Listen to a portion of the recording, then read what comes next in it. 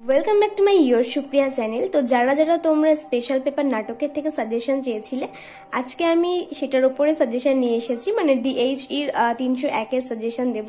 তো আশা করি তোমাদের খুবই হেল্পফুল হবে।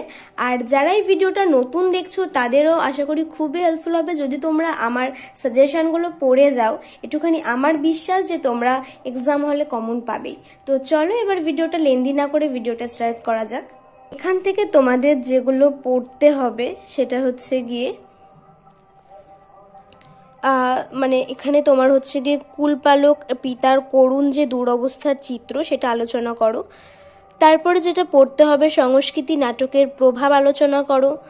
আর এখান থেকে পড়তে হবে নাটকের নামকরণের সার্থকতা, মানে কুল সর্বস্ব থেকে তোমাদের এই 3টে কোয়েশ্চেন পড়ে যেতে হবে। পর্যায়গ্রন্থ 2 থেকে তোমাদের যেগুলো পড়ে যেতে হবে সেটা হচ্ছে ঐতিহাসিক নাটক হিসাবে কৃষ্ণকুমারীর সার্থকতা। তারপর তোমাদের পড়তে হবে ট্র্যাজেডির বিচার। এখান থেকে পড়তে হবে পৌরাণিক বা পুরাণ প্রসঙ্গ। আরও পড়তে হবে প্রাচ্য ও পাশ্চাত্যের প্রভাব আলোচনা করো। মানে এখান থেকে তোমাদের মোটমাট 4টে কোয়েশ্চেন পড়ে যেতে হবে।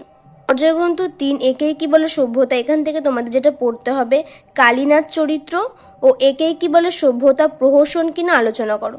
মানে এখান থেকে তোমাদের মোটমাট 2টো পড়তে হবে। আর আলিবাবা থেকে তোমাদের পড়তে হবে এই নাটকের মাধ্যমে নাট্যকার কি রূপনীতি শিক্ষা পাঠকের সামনে তুলে ধরেছেন তা আলোচনা করো। 2 নাম্বার তোমাদের পড়তে হবে মর্জিনা চরিত্র। 3 নাম্বার তোমাদের পড়তে হবে সঙ্গীত ব্যবহারের যে আলোচনা সেটা। আর 4 নাম্বার যেটা পড়তে হবে কৌতুক রসের আলোচনা। 5 নাম্বার পড়তে হবে আলিবাবা অপরাধর্মী কিনা। এখান থেকে তোমাদের মোটমাট এই কটা কোয়েশ্চেন পড়ে যেতে হবে। আমি এর থেকে আর কম করে সাজেশন করতে পারছি না, কারণ এখান থেকে তোমাদের এই কটা কোয়েশ্চেন যদি তোমরা পড়ে যাও আশা করি তোমরা সব কটাই কমন পাবে, এটা আমার বিশ্বাস। তো চলো আজকের মতো একটুখানি। আর যদি তোমাদের ভিডিওটা ভালো লাগে বা তোমাদের হেল্পফুল মনে হয় তাহলে একটু আমাকে সাপোর্ট করো আর একটুখানি লাইক কমেন্ট করো, যাই হোক। তো নেক্সট ভিডিও তোমাদের সাথে আবার দেখা হবে। আর হ্যাঁ, আমি নেক্সট সাজেশনগুলোও দিয়ে দেবো। তো তোমাদের এক্সাম কেমন হচ্ছে সেটা একটুখানি আমাকে কমেন্ট বক্সে এসে জানিও।